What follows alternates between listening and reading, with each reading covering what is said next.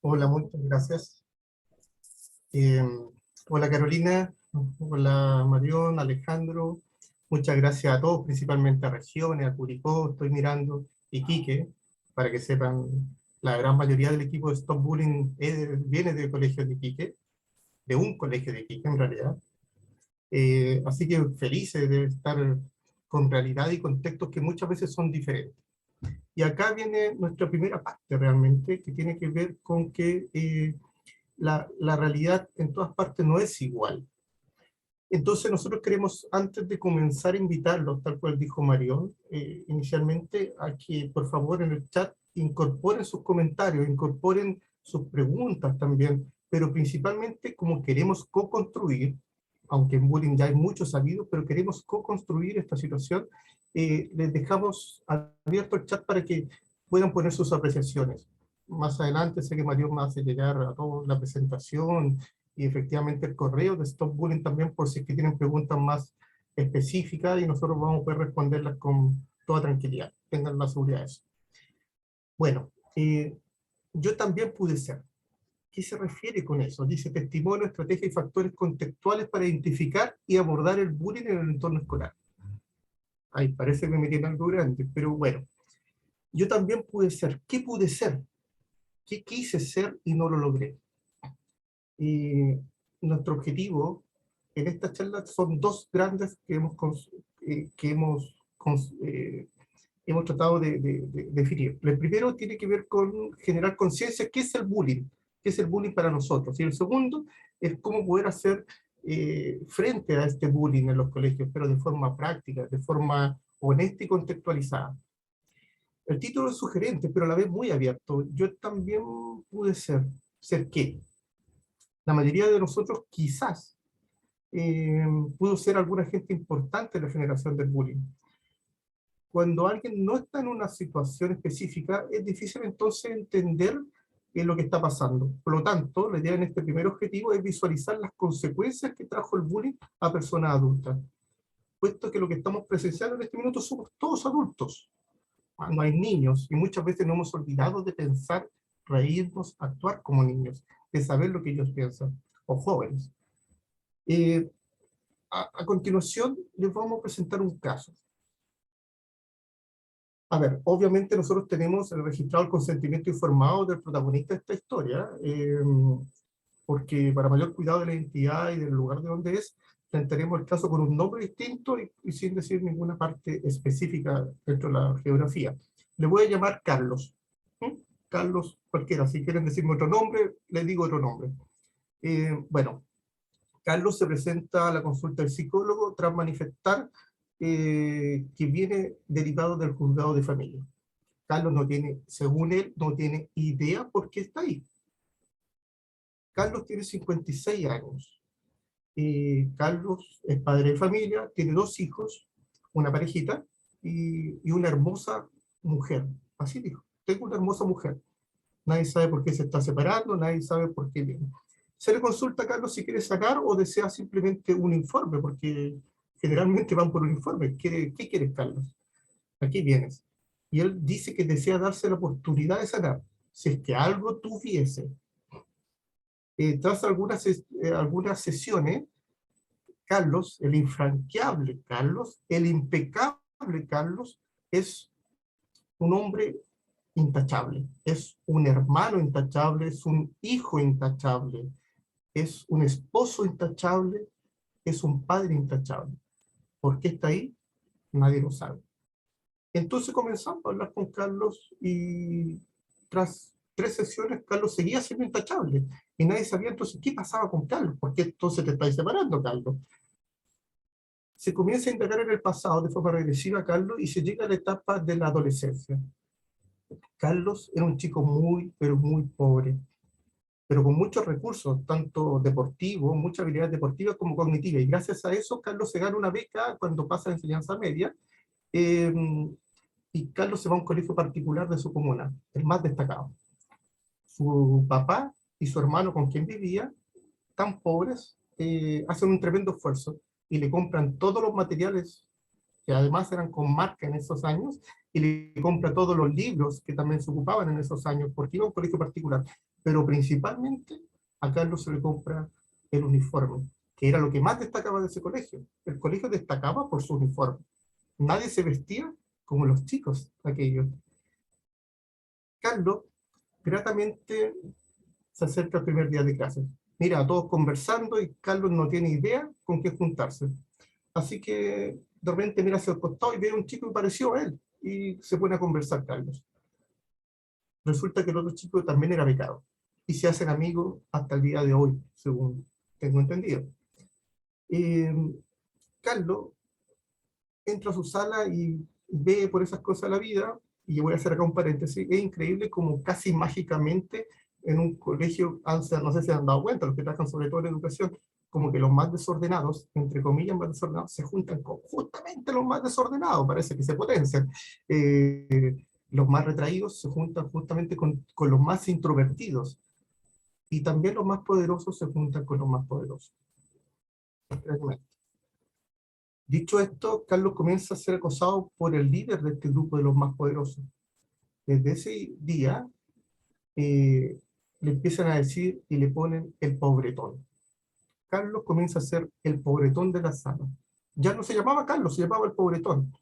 Este chico, que era hijo de un abogado, eh, lo empezó a molestar. Primero medio lo molestaba, le decía cosas tan simples como que parecían simples para él, me refiero a este chico acosador, le decía, oye, ¿dónde te compraste esas zapatillas tan bonitas? No sabía que las vendían en la cuneta de la feria. Oye, Carlos, ¿acaso estas zapatillas vienen con tierra? Y así comenzaron a hostigarlo. Se reíban, se iban. Extrañamente, y como también acto casi mágico, justo estos niños que molestan, pareciera que por alguna situación extraña, son de gran porte también, ¿no? Son de una masa muscular más grande que el resto, y así sucesivamente, como que es imposible hacerle frente a estos que molestan. Más de la única forma que se puede resolver los problemas en ese tiempo, que es justamente peleando, pareciera, ¿cierto? Pasaba el tiempo y las bromas cada vez eran más frecuentes, más frecuentes. Estaban ya en segundo medio, y no solamente las bromas eran más frecuentes, sino que el grupo curso lo empezó a excluir. Y ellos, cuando hacían grupos de trabajo, le preguntaban que con quién se iban a juntar, y decían que no, porque vivían tan lejos de las otras casas que no se podían juntar. Decían, bueno, háganlo ustedes dos. Y así empezaron a vivir Carlos y su amigo solos en el colegio. Le tomaban la mochila, se la escondían, le rayaban los cuadernos, le escondían todas sus pertenencias, lo dejaban fuera del aula. Muchas veces Carlos tuvo un asistente a las clases porque estaba fuera del aula. Le rayaban el puesto también. Así ya en cuarto medio, después de 4 incesantes años de soportar y de soportar lo que nadie podía aguantar, Carlos dijo, me voy a enfrentar a este agresor. El amigo lo detuvo, le dijo, oye, tú no vayas a poder, porque en primer lugar es un hijo de un abogado, es el hijo del presidente del Centro Padre, y también, por cosa extraña, pertenece a, a una cofradía de gente muy importante.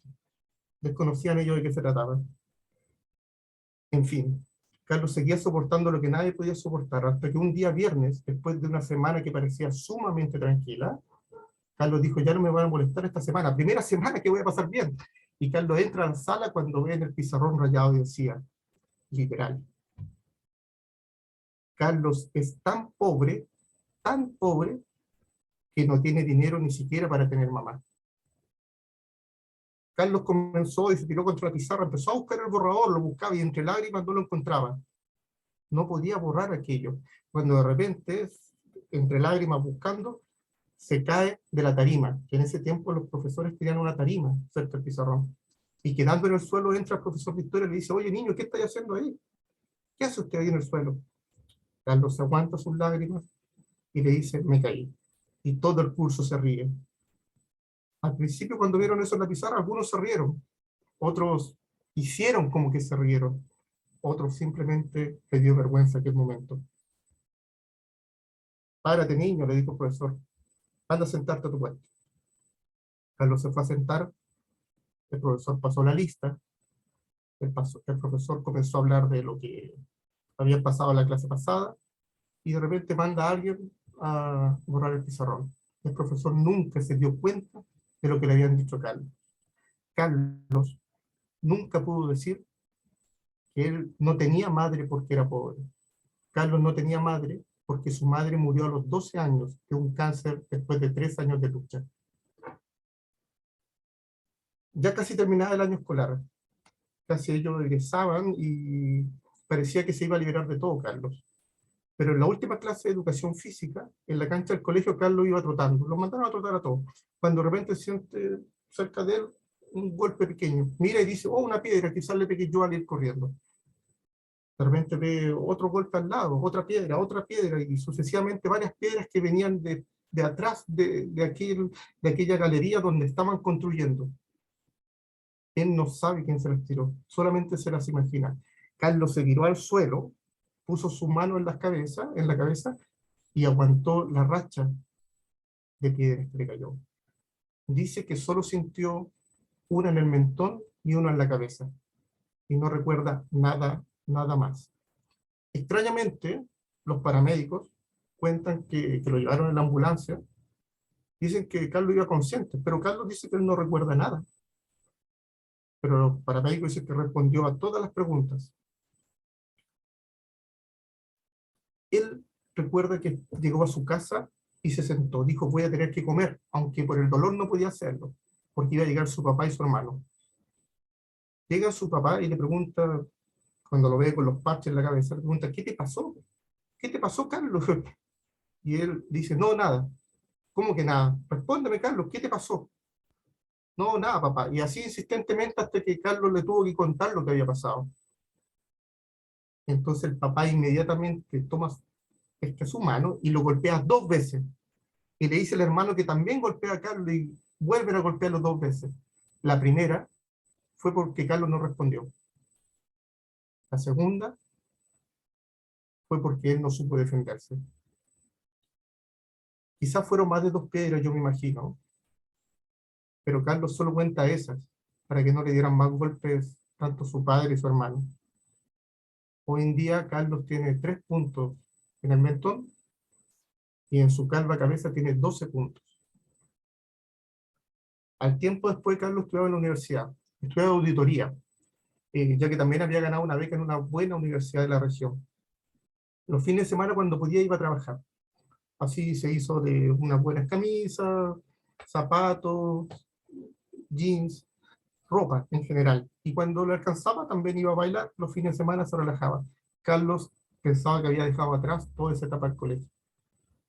Cuando de repente en la disco conoce a una chica que después pasa a ser su futura mujer, él le dice su bella mujer, y le ofrece un jugo y va al bar, él saca una cerveza para él y en ese tiempo le daban en la botella y un jugo, cuando de repente ve a lo lejos y ve a este ex compañero de curso.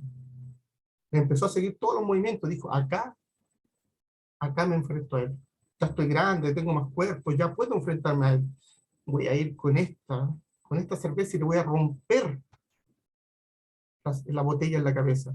Y después, si quiere el gollete, se lo voy a lanzar en el cuerpo. Y voy a cobrar venganza con todo lo que me hizo. Claramente Carlos no había superado nada. Entonces, decididamente va caminando hacia allá y va a paso decidido cuando de repente levanta la cerveza y se da vuelta, el ex compañero le dice, ¡oh, pobretón, ¿cómo estáis? Tanto tiempo, ¿qué hacía acá en un lugar como este? Bueno, me imagino que estás bien, ¿eh? Te veo bien. Bueno, sin rencores, ¿cierto, Carlos? Carlos lo mira, aprieta la cerveza, aprieta el vaso y dice, sin rencores. Y se va a su puesto. Carlos hoy en día está separado, acusado de violencia a su mujer. Ahora, aunque trabaja en una muy buena empresa, gana buen dinero y tiene 2 hijos, ya todos lo dijimos, no puede acercarse a ellos. Y ahora parece que comenzó Carlos a entender el por qué actúa así a veces. Carlos hay muchos, Carlas también, ¿cierto? En peores condiciones inclusive. Claro que sí, si no somos capaces de disfrazarnos de niños, de vivir como niños, de pensar y reírnos como niños, entonces pensemos como adultos, como un adulto o adulta que vivió el bullying. No se pongan en el lugar de otros, no les pedimos eso, solo pedimos que entiendan la tristeza y la magra vida que puede convertirse la vida de una persona. Algunos golpean como Carlos, como consecuencia. Otros y otras dejan de ser cariñosos, se retraen, se les acusa de ser demasiado introvertidos, de no compartir con su pareja, de salir con alguien y no conversar, de no expresar lo que sienten, en fin. Hay muchas formas en que una persona que sufre o que le sucede un evento traumático puede seguir siéndolo cuando no lo sanan. ¿Y cómo sanarlo si nadie se pone en su lugar? Si son víctimas y deben ocultarlo por el resto de sus vidas inclusive. Es como la agresión física, es como la violación, es exprimir lentamente lo bueno que traía para el mundo y dejarlo botado en alguna parte sin que nadie lo pueda visualizar. Otros se dedican a tener parejas mayores, a ser protegidas, y estas personas que protegen se dedican a manipularlas. Y así pueden pasar el resto de su vida. ¿Qué debemos hacer para entender y crear conciencia que el bullying y todo abuso o maltrato escolar es terrible, que puede cambiar el resto de nuestra vida, inclusive dejarte sin vida? ¿Acaso siempre hay que tocar fondo para reinventarse y querer cambiar? Sí, también pude ser yo. También pude ser yo una víctima. Quizás peor, una víctima ignorada, silenciada. Una víctima al fin y al cabo. En otra sesión con otro terapeuta, se encuentra un niño de 14 años de edad. El Conchito tal cual él se describe. Dice, yo soy X, el Conchito de la familia. El colegio le pidió a sus padres que fuera un especialista y que se tratara, porque de forma contraria lo iban a expulsar. Lo iban a expulsar del colegio. La mamá le explica que se están separando, que que es natural que el niño tenga eso, pero el director le dice, no es natural, hace 5 años desde que entró que el niño genera bullying, acosa a los alumnos y tanto así que los alumnos ya no quieren venir por culpa de él. Por favor, haga algo, porque nosotros ya no sabemos qué hacer. Pero resulta que este menor tiene inclusive denuncias de los demás apoderados. Los demás apoderados quieren juntar firmas para votarlo e expulsarlo del colegio. Y lo que es peor para ese director, lo que es peor, pusieron una denuncia en la Superintendencia de Educación. El director decía, ¿qué vamos a hacer ahora? Oye, júntate la firma, le dijo al encargado de convivencia, júntate la firma de todos los apoderados y lo expulsamos, así nos desligamos del problema. Se acabó el problema. La pregunta es, ¿así se acaba el problema? Cuando vieron el historial de este chico, era un estudiante, un niño ejemplar cuando llegó. Qué extraño. Pero la verdad es que el anterior colegio también falseó aquel informe de personalidad. Lo hizo positivo, le dijo, o lo expulsamos o se lo lleva. No se preocupe, nosotros le damos un informe de personalidad positivo. Cosa que muy a menudo pasa. El menor ha estado presente en distintas peleas del curso. Trascendió con los demás niños porque además se agarraba a combo con los niños mayores. Realmente era trascendido a todos, sobre todo cuando lo molestan con la belleza de su mamá o la de su hermana, cuando le gritan cuñado o alguna cosa, él sale y empieza a golpear a los demás. Y empieza a decir, es lo que quisiera mi papá. Es el deber de un hombre de la casa. Inmediatamente empezamos a dilucidar la carencia afectiva y desequilibrio emocional de rol y de funciones que tiene este chico. Tiene muchas creencias limitantes que no le permiten seguir. El joven fue diagnosticado con descontrol de impulsos, ira excesiva contenida. Así le dijo el colegio antes de mandarlo al psicólogo. Así llegó el informe. El menor bastó que le preguntaran en la primera sesión, ¿por qué crees que vienes? Y se puso a llorar sin ningún consuelo. Lo único que decía, no le cuenten a mi papá que estoy llorando. No le cuenten. El resto de la sesión trató de aguantar el sollozo, pero no lo logró. Este adolescente de buen parecido, de excelentes notas, además de excelentes notas, ya tenía sus pensiones, yo creo que hasta de casa remota. Tenía su hoja de vida completa al terminar 2 meses. Los profesores decían que no lo soportaban, que era intratable. Este menor que ni sus compañeros querían, este menor que tanto hace bullying, este menor es el hijo de Carlos. Este joven vio en 2 ocasiones a su papá poner en el centro del living a su mamá totalmente desnuda y golpearla hasta que literalmente se cansó. Este joven vio que golpeaban a su hermana en varias veces, y la última vez fue cuando agredió a su hermana con una correa porque ella se iba a ir de paseo con su pololo. Ella tiene 22 años. En ese minuto, él se metió a defenderla. Y Carlos, el papá, le dijo, muy bien, te has hecho un hombre, así enfrentando a tu papá. Vamos, veamos lo que eres capaz. Y cuando Carlos iba a golpear a su propio hijo por defender a su hermana, aparecieron justamente su mamá con dos vecinos que pudieron detenerlo y pudieron detener a aquel actual de aquel padre. Desde ese minuto, no solo el hijo va a sesiones, no solo la mujer va a sesiones psicológicas, no solo la hermana, sino que también Carlos va a sesiones con una orden de alejamiento y todo. Victimario es este joven, ¿cierto? De 14 años, quien ataca y tiene un desequilibrio excesivo no solo en su cabeza, sino también tiene un desequilibrio en su centro emocional. Está dañado. Los victimarios muchas veces son también víctimas de algo más oculto inclusive. Las víctimas necesitan ser protegidas, necesitan ser ayudadas, necesitan ser acompañadas, necesitan el compromiso con ellas en su acompañamiento y sanación. Los victimarios deben ser recogidos a tiempo para ser tratados como víctimas de algo. Y ese algo es el que debemos buscar. Hemos visto últimamente muchos casos en la televisión, sobre todo de violencia escolar. No es lo mismo que el bullying, pero está asemejado. En muchas oportunidades, la tristeza infantil, que no ha sido contenida adecuadamente, reaparece como ira en otras etapas del desarrollo del sujeto. Recordemos que ese equilibrio es parte de un centro emocional dañado. Por lo tanto, ¿qué debemos hacer? Debemos reflexionar al respecto. La sensibilidad es anterior a la inteligencia. Y nosotros como entidad educativa, como participantes de la comunidad educativa, de un rol realmente importante, los encargados de convivencia, los psicólogos, las psicólogas, ¿cierto? Los directores, los equipos de gestión, los profesores, los apoderados, todos debemos hacernos cargos como adultos responsables. No debemos ignorar el sufrimiento. No debemos ignorar el sufrimiento. No confundamos la responsabilidad, no debe ser tratada con amnistía, de ninguna forma, pero sí debe ser tratada con comprensión y con anticipación principalmente.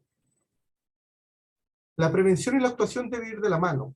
No es la salud independiente de la enfermedad. No son estados por sí solos, son procesos en los cuales además intervienen múltiples factores que determinan la situación.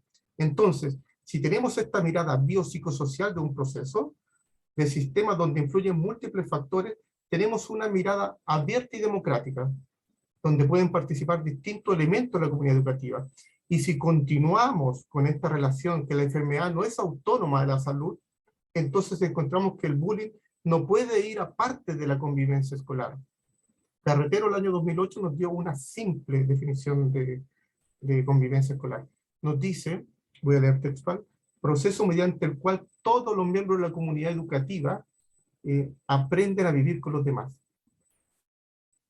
Acá encontramos espacios comunes, donde se comparte y por lo tanto desde hoy en día, pensar que los espacios comunes no son solo físicos, sino también existen un espacio distinto a los geográficos. Así es en pandemia, vivió cada uno en sus casas, pero intentamos comunicarnos a través de un espacio distinto al geográfico, un espacio que además debe demostrar ser un espacio de identidad, ojo en eso, donde coexisten más de una persona, ojalá en un plano de igualdad. Resumiendo, el espacio es el lugar común donde coexisten estas personas, por lo tanto, el espacio deja de ser únicamente físico y visible, sino que también pasa e incluye hacer el ciberespacio. Esto es lo que hoy en día denominamos espacios intersubjetivos. Para hablar de bullying, debemos anteriormente generar estrategias, definir claramente lo que deseamos y cómo conocemos el mundo. ¿Por qué es importante esto? Porque este análisis nos llevará a definir la cultura del acoso estudiantil, la cultura de la convivencia escolar. Si yo pienso que el maltrato escolar es negativo, entonces mi forma de comunicar esto, de ver el mundo, de darnos a conocer, debe ser una forma real y constante de comunicarnos. Yo no puedo salir al patio como un docente o como cualquier persona de la comunidad educativa y decirle al niñito, oye niñito, bájate del árbol, bájate de ahí, ¿acaso parecen monos? No puedo pensar en igualdad si no permito actuar a los menores bajo un plano de igualdad. Si no permito, si yo me permito actuar en base a prejuicios de estigmatización. Pensar a hablar de bullying si mis principios son contrarios o simplemente desean justificar una acción o una denuncia. Primeramente, debemos generar esta cultura de la convivencia escolar. Una cultura de igualdad, donde reconocemos la entidad educacional como un sistema abierto y democrático. Lo volvemos a decir, un sistema abierto y democrático, donde las normas no solo son socializadas, como lo pide la superintendencia, sino también son creadas en comunidad, con el único objetivo que se interioricen de manera más efectiva, que no sean el resultado de un gusto de un sostenedor o de una mirada de un grupo directivo. Debemos mirar desde lo externo para analizar, pero también desde lo interno. Conocer al alumnado, a los docentes y a los asistentes, conocer a los apoderados, a las redes y a la población cuando esta entidad está inserta en una de ellas. Debemos ser el reflejo de los anhelos contextuales y al fin ser una esperanza de las expectativas de la comunidad. Para las comunidades más vulnerables, debemos ser la esperanza de salir del círculo de la pobreza. Para las menos vulnerables económicamente, también debemos ser la esperanza de salir del círculo de la pobreza. Pero ¿cuál es la diferencia? La pobreza es multifactorial. Hay otros factores que nos hacen tan pobres como comunidad también. Debemos promover la igualdad. Una vez establecido aquello, la cultura inclusiva, podemos recién generar un lenguaje común, una narrativa igualitaria. Podremos recién generar significados de realidad y de metas para luego recrearlo en nuestro país. Debemos entender, ojo, debemos entender que la escuela genera realidad, que la escuela aporta la construcción de realidad del niño, que es un espacio de socialización, por consiguiente de cooperación, de codependencia con la familia. Y cuando hablamos de esta forma, entonces entendemos que la escuela genera un vínculo indisoluble. Significa que nunca más se disuelve un vínculo indisoluble la escuela con la familia. Debemos generar relaciones simétricas y democráticas en un contexto social en la que pertenece nuestra comunidad escolar. Debemos potenciar la comunicación al crear un espacio de co-construcción, lo que llamamos los espacios intersubjetivos. También ya creamos una cultura. Imaginemos que ya creamos una cultura. Entonces, hablamos un mismo idioma, una narrativa común, y todo figurado en nuestro país. Entonces, ahora, ¿qué hacemos? Debemos conocer qué desean los alumnos, cómo nos miran, qué esperan del colegio, a qué van al colegio, si les interesa o no, sus gustos, sus preferencias. Debemos aprender a conocernos nosotros mismos, desde la perspectiva del otro, no desde la nuestra. ¿Y por qué si ellos son tan pequeños y nosotros somos los adultos, por qué tendríamos que aprender desde ellos? Fácil. Por lo mismo, porque hemos perdido la visión de la juventud y niñez. Está demostrado ya que nuestras estrategias no dan resultado hace mucho rato. ¿Ustedes han escuchado a los jóvenes entre 9 y 14 años? ¿Saben lo de la cultura otaku? ¿Saben lo de la música que escuchan más que criticarla? ¿Saben de los riesgos? ¿Creen que los chicos se comunican por salas de Facebook o de Instagram solamente? Nada. Si pensamos así, creo que estamos equivocados. Las estadísticas son un buen instrumento para replicar esta consigna. Solo el 1% de los alumnos le contará un caso de bullying a los profesores. Un 1%, 1%. O sea, es casi imposible conocer lo que realmente está sucediendo. Entonces también debemos preguntarnos, ¿por qué no confían en este adulto que se hace llamar responsable? Ayer veía en las noticias el caso del Maule, como dos chicos, un chico acuchilló a otro, ¿cierto? Vi el caso del Bío Bío, como un papá amenazó a los alumnos con una pistola porque le hacían bullying a su hija. Cambio de canal y veo una pelea entre adultos por alguien que no respetó la luz roja. ¿Quién sabe quién no lo respetó? Y así podemos seguir con más casos. Analizamos siempre los alumnos de cómo llegaron después de vacaciones. Algunos dicen terrible, otros más violento, otros brutal, ¿cierto? Desordenados, pero sobre todo con procesos ansiolíticos tremendos y tanta cosa más. Tendríamos todas muchas anécdotas por contar, ¿no? Acá yo creo que a ustedes les sobra. Pero ahora miremos un poco hacia adentro. Miremos hacia adentro de nuestra organización, miremos los asaltos, cómo la gente se arma, cómo lo confiamos en la autoridad y hacemos arrestos ciudadanos. Hoy día creo que en la Florida también, por error, mataron a alguna persona con esta psicosis. Miremos, insisto, la sociedad desde afuera, pero también desde adentro. Fijemos responsabilidad. El Estado la tiene, claro, con sus políticas públicas. No nos gustan, veamos cómo intervenir en ellas, organicémonos. Se ha demostrado que en Chile la organización puede llegar a más cosas. Fijemos responsabilidad del Estado, también reconozcamos la de los apoderados, reconozcamos la de las familias cuidadoras, la de los alumnos, pero veamos hacia adentro de la organización educacional, donde usted, donde yo tenemos responsabilidades. Distingamos nuestras fortalezas. Acá les planteamos 4 áreas principales para distinguir nuestras fortalezas: familia, colegio, redes y ambiente favorable. Todo eso dentro de la convivencia escolar, no una más que otra, no una antes que otra, todas en el mismo plano.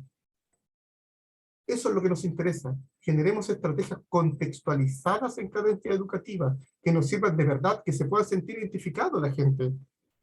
Nosotros como Stop Bullying tenemos algunos aportes. Trabajamos los planes de sexualidad desde pequeños, los de inclusión y reconocimiento de habilidades tempranas. Ojo, habilidades tempranas. Trabajamos en conjunto la educación cívica con la responsabilidad penal de los chicos. Seamos concretos y consecuentes a la falta cometida, pero trabajemos la democracia en las normas y en la representación de las organizaciones. La representación de las organizaciones, por ejemplo, de los alumnos, de los apoderados. Incluyamos a los padres en estos procesos.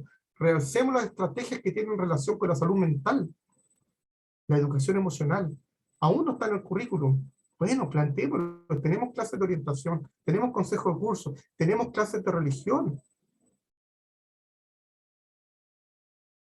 La psicoeducación en procesos de aprendizaje es sumamente importante. Está demostrado que todos estos factores mencionados influyen en los procesos metacognitivos y también en el aprendizaje significativo del chico. En la práctica, el colegio sí puede perfectamente trabajar sin necesariamente tener tanto dinero. Podemos generar herramientas, por ejemplo, contextualizadas pero predictivas. Y para esto no es necesario lanzar el tarot. No, cuando hablamos de predicción, es que podemos generar, por ejemplo, factores donde se puede identificar al alumno que ha sido vulnerado o que tiene un perfil para ser vulnerado.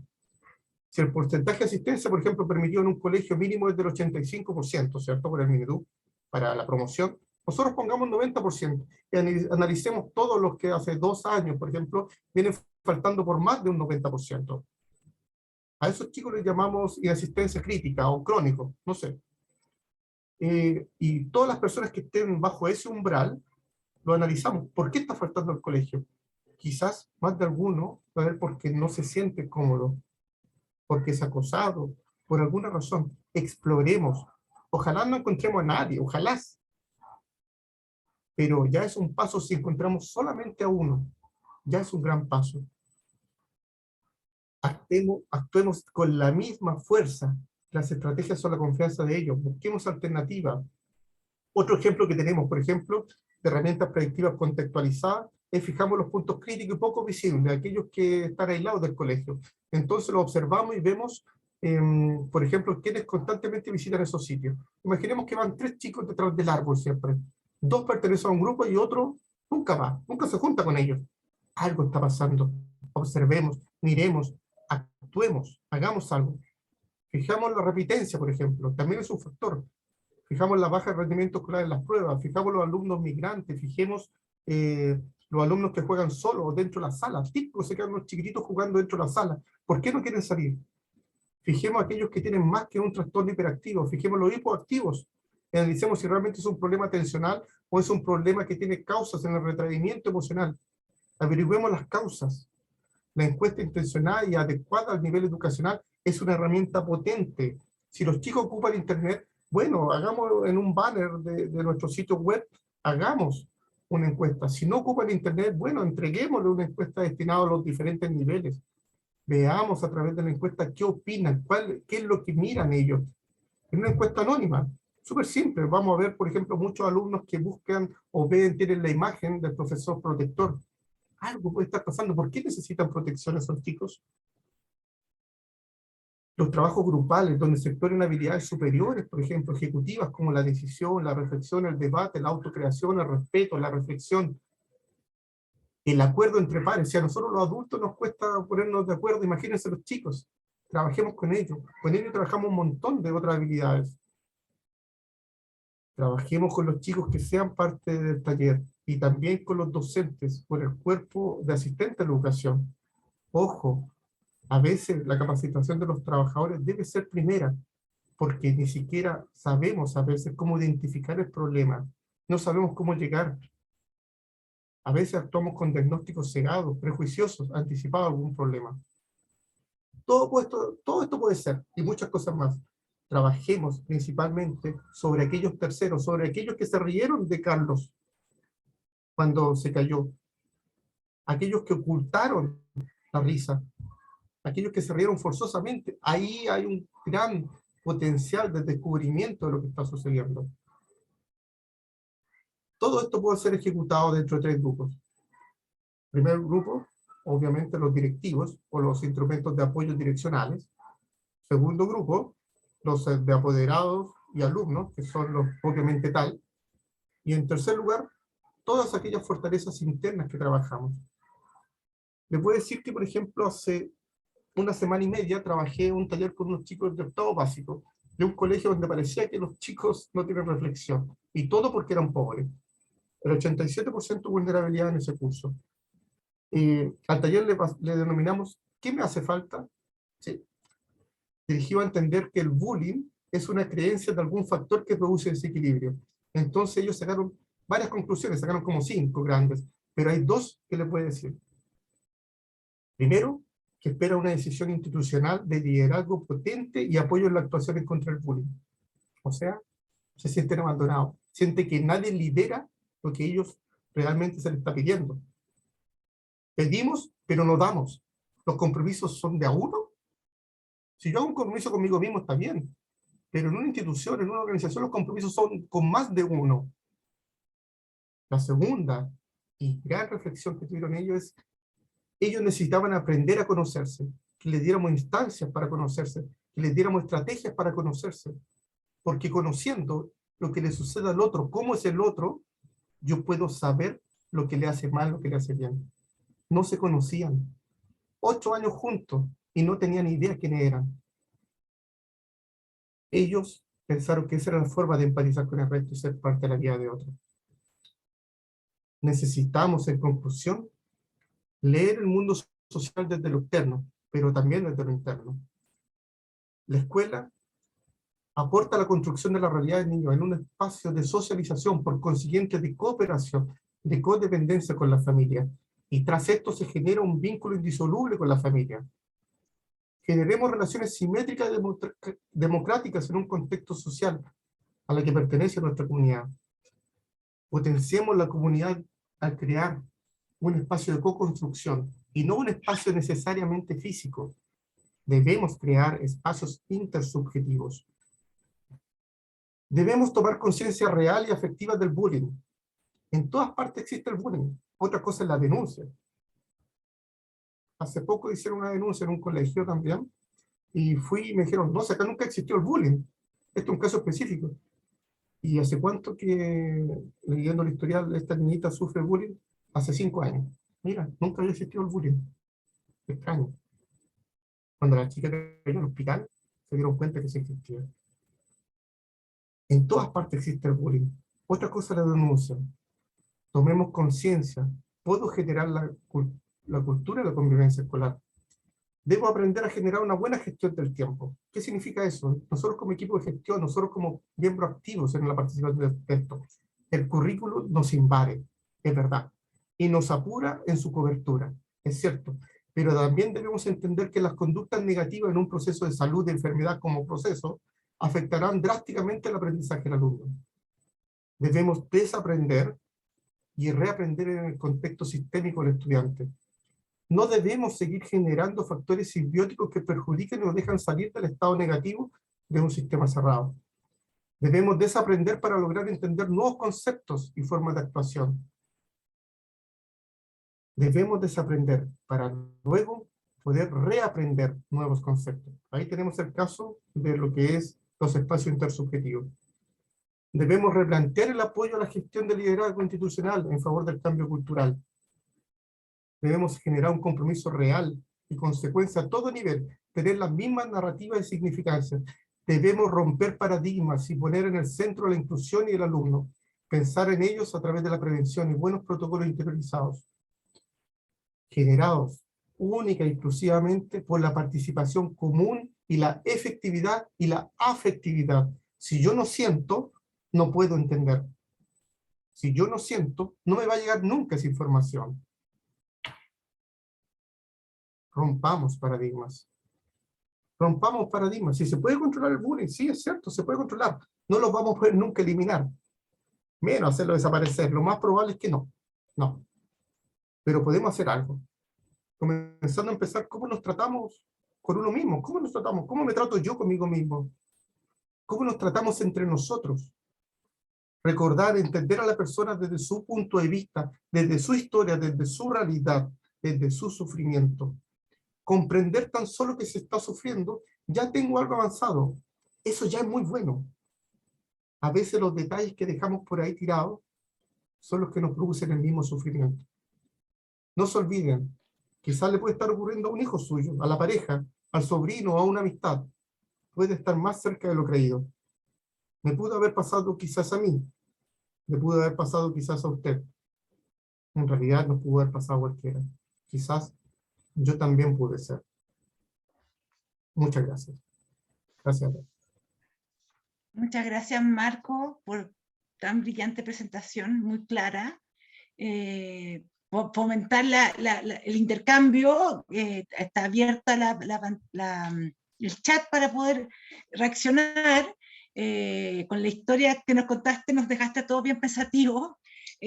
Yo, para provocar un poquito este espacio, quería hacer 3 comentarios. Uno, esto tan evidentemente el tema de hacer notar y saber lo que es el bullying, que en un caso muy, muy, muy cercano, de una niñita que estaba en quinto básico, empezó a reportar que tenía bullying, y tanto le decían que no era bullying, que ella empezó a decir que era burling, porque se burlaban de ella. Entonces inventó el concepto del burling para que las profesores le dijeran, ah, sí, ya, entonces no es bullying, sino que es burling, se burlan. Entonces ahí, como los niños también van buscando sus distintas estrategias para hacerse notar y poner el nombre. Lo otro, que nosotros, la mayoría que estamos acá, somos colegios católicos que estamos desarrollando a través de la Vicaría de la Educación el modelo de escuela católica, donde el lazo familia-escuela es fundamental. Entonces hay un factor protector nuestro que está presente en la mayoría de los colegios y nos motiva mucho, Marco, a seguir reforzando y hacer mucho esfuerzo en ese vínculo. Lo tenemos como paradigma de nuestro modelo, pero cómo podemos trabajarlo también es un gran desafío. Y yo tengo también un tercer punto que quería ponerte, así que tú varias veces dijiste una relación democrática. La escuela, por definición, es jerárquica. ¿Cómo convive esas dos realidades? Bueno, las escuelas son sistemas abiertos. Cuando son sistemas abiertos entendemos que influye sobre ellos el contexto, por ejemplo, comunitario. Influyen las redes, los colegios más vulnerables, quizá hay no sé, un consultorio cerca, ¿cierto? Están los carabineros, y tenemos que entender que hay una cultura también poblacional, una cultura contextual. Nosotros respondemos a esa cultura. ¿Cómo respondemos? Cuando escuchamos a aquella población, a la población de nuestra comunidad educativa, que incluye la junta de vecinos, que incluye inclusive gente que ni siquiera estudia en el mismo colegio. Cuando reconocemos el colegio como una cultura abierta, no estamos diciendo que deje de ser jerárquica en su fase interna, que hay un director, un sostenedor, una secretaria, quizás algunas veces, o simplemente está el jefe UTP, etc. Y a eso nos referimos con una cultura jerárquica. Pero en nuestra relación con nuestra comunidad educativa somos democráticos, generamos normas, generamos manuales que tienen que ser representativos de la realidad de todos. Y es la única forma en que vamos a poder entender que esa norma se interiorice. Si la norma no me representa, no representa el contexto, no busca los objetivos del contexto comunal o ¿cierto? De esta comunidad educativa, entonces nunca me va a representar, nunca la voy a interiorizar, nunca la voy a respetar. A eso nos referimos con comunidades abiertas y democráticas, donde todos participan. No estoy diciendo que participa en la administración del colegio, ¿cierto? No voy a decidir quizás qué compro, pero sí voy a decidir cuáles son las prioridades del colegio. Los centros padres muchas veces se acercan y dicen, nosotros necesitamos que, no sé, compren un espejo, que compren o que arreglen el patio, ¿cierto? Vamos a ayudar, vamos a hacer un bingo, quizás entre el centro padre, ¿cierto? Bueno, ahí estamos generando decisiones, estamos generando maneras de actuar, no de comportamiento, de actuación directa para un bien común, que es el bien común del colegio. El colegio, la escuela, más bien llamado escuela, ¿cierto? Debe ser representativo de la comunidad escolar. Y en ese sentido, única y exclusivamente va a ser representativo cuando es democrático. Perfecto. Muchas gracias. ¿Algún comentario que quieran compartir? Lo pueden hacer por el chat. No sé, María, si tú también puedes autorizar que alguien quiera hablar. Somos poquitos los que estamos ahora participando y podemos dar esa libertad. No sé si alguien más quiere hacer algún comentario. Es un tema que deja pensando, ¿no? Y reflexionando. ¿Alguno que quiera compartir alguna experiencia? Bueno, yo voy a seguir preguntando. Otra cosa que se ve bastante, sobre todo con los equipos directivos, con los docentes, que también acá hay un tema generacional, ¿no? Que muchos decimos, oye, pero si en los colegios también nos molestaban y ahora todos le llaman bullying. Entonces, que hay como diferencia, ¿por qué a todos le llaman bullying si a todos en algún momento nos molestaron? Y estas bromas pesadas siempre es como naturaleza de los colegios, de vivir la escuela. ¿Cómo nos puedes, Marco, definir qué es ese cambio que hace que esta preocupación por el bullying sea mayor? No sé si me fui clara, Sí, me expliqué, ¿sí? entiendo y espero interpretar para dónde va la situación. Ya. A ver, el bullying, nadie ha dicho que nunca ha existido. Comencemos de ahí. Mm. El problema es cuando nosotros normalizamos ciertas situaciones. Cuando, a ver, antiguamente era muy normal decirle a una mujer en la calle, wow, que se ve linda, quizás, y hoy día dice, oye, ni siquiera te puedo decir que eres linda. Bueno, ¿quién te dio derecho hoy en día a decir para decirme que eres linda? A mí me molesta cuando me piropean en la calle. Quizás quién sabe la historia de esa persona. Bueno, la historia ha cambiado. Los derechos no han cambiado, sino que los derechos se han potenciado quizás, ¿cierto? Contextualizarnos en ese proceso significa también contextualizarnos en los derechos de los niños. Antiguamente los niños quizás eran mirados como un objeto, como algo que tenía que servir para la sociedad, que tenían que irse a trabajar a cierta edad. Hoy en día no. Los chicos tienen el derecho de cumplir su colegio y su colegio completo hasta cuarto medio. Sabemos que en los colegios para recibir a alguna persona a trabajar tiene que tener cuarto medio, ¿cierto? Entonces, hoy en día la educación es un derecho, pero no una educación directamente vertical, sino que hoy en día es un derecho, una educación de calidad, una educación que dentro de esa calidad involucre justamente aquellos derechos y el respeto por el ser humano. No diferenciemos que el niño no es un ser humano, no, el niño es un ser humano. El niño tiene consecuencias como este caso que dije, que a sus 56 años, bueno, ya de tener 58, 59, esta persona sufrió consecuencias gracias a que nadie le respetó sus derechos, nadie se preocupó por él, ni su papá le respetó sus derechos, porque pensamos que era un objeto. Entonces, no es que hoy en día pongamos, por ejemplo, en algunas instituciones, wow, qué grande es esta situación, qué terrible. Ahora, si yo estoy donde estoy, muchas veces hemos escuchado decir a gente adulta, oye, mira, yo también la pasé mal y mira dónde estoy. Sí, es verdad, ¿dónde estás? Pero mira cómo estás. Mira las decisiones que has tomado en tu vida. Tus decisiones a cuántas otras personas han afectado. ¿Cómo te afectaron a ti? ¿Cuánto mejor pudieron ser? Entonces no es simplemente que si yo estoy sobreviviendo en este minuto, los demás también tengan que pasar por eso. Las personas tienen que vivir y vivir en una calidad de vida, ¿ah? De felicidad, más bien de calidad subjetiva que hoy en día se llama. ¿Ah? La calidad subjetiva es un término mucho más amplio. Entonces, ese es el concepto de la educación, ese es el concepto del bullying. Lo que hemos visto en la televisión generalmente es violencia escolar. Exacto. Son dos cosas. Y también tenemos que tipificarlo como cosas distintas en nuestros manuales de convivencia. El bullying es algo persistente, que en primer lugar ocurre solamente entre alumnos. Lo demás es violencia adulto-niño, etcétera. Solamente ocurre entre niños. Tiene que ser persistente en el tiempo. Una broma, obviamente, es una broma. Hay bromas pesadas, hay bromas terribles, hay bromas simples, hay bromas de amigos, pero ojo, hay bromas que dejan de ser broma en un minuto.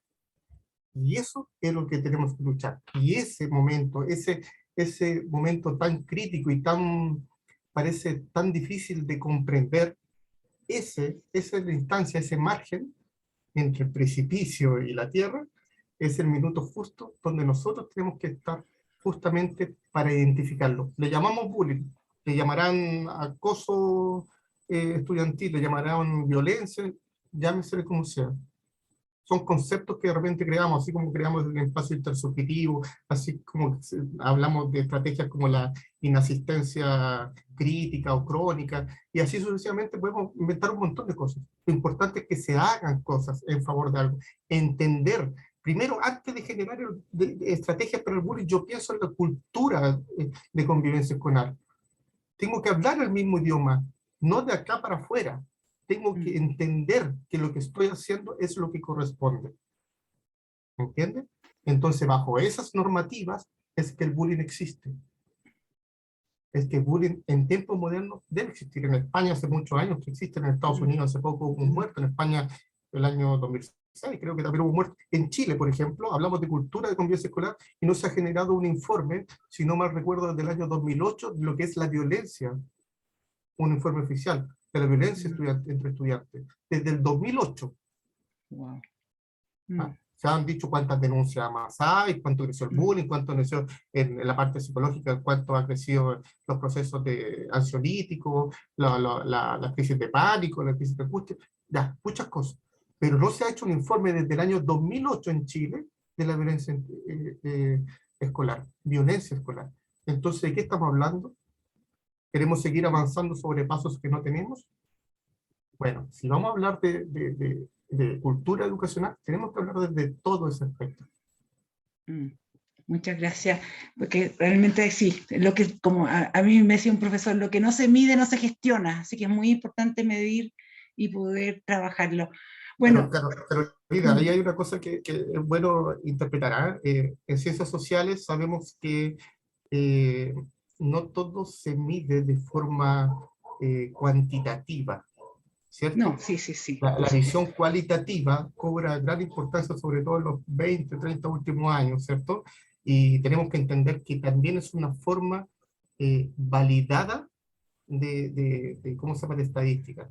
Eso es muy importante para sobre todo aquellas personas que se basan única y exclusivamente en las estadísticas cuantitativas.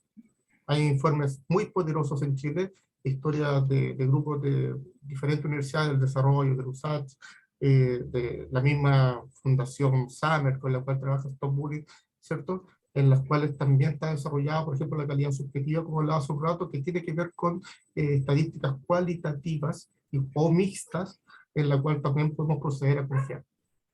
Perfecto, sí. Vamos a decir entonces el dicho, lo que no se mide cualitativamente no se gestiona. Vamos a ser más específicos todavía. Bueno, muchísimas gracias Marco, Alejandro, por esta excelente charla. Como les decía, esta charla va a estar en el canal YouTube de la Fundación. Esta es la primera conversación, una conversación introductoria. La idea es que después, tanto las personas que están presentes hoy día sincrónicamente o que lo van a escuchar después asincrónicamente, por favor nos manden comentarios, preguntas, y como siempre vamos a ir viendo diferentes experiencias durante el año. La frecuencia queremos será una vez al mes, por ahora y vamos a ir viendo cuál es la temática que podemos aportar de mejor manera a los colegios que conforman esta red de colegios que ya, como les contábamos, llevamos desde abril de 2020 haciendo este tipo de charlas. Así que muchas gracias por estar aquí, a Marion por la gestión que hizo y tan oportuna la temática que se presentó, y a todos los que participamos en esta jornada de hoy día. Así que muchas gracias y nos podemos ir desconectando. Que estén muy bien.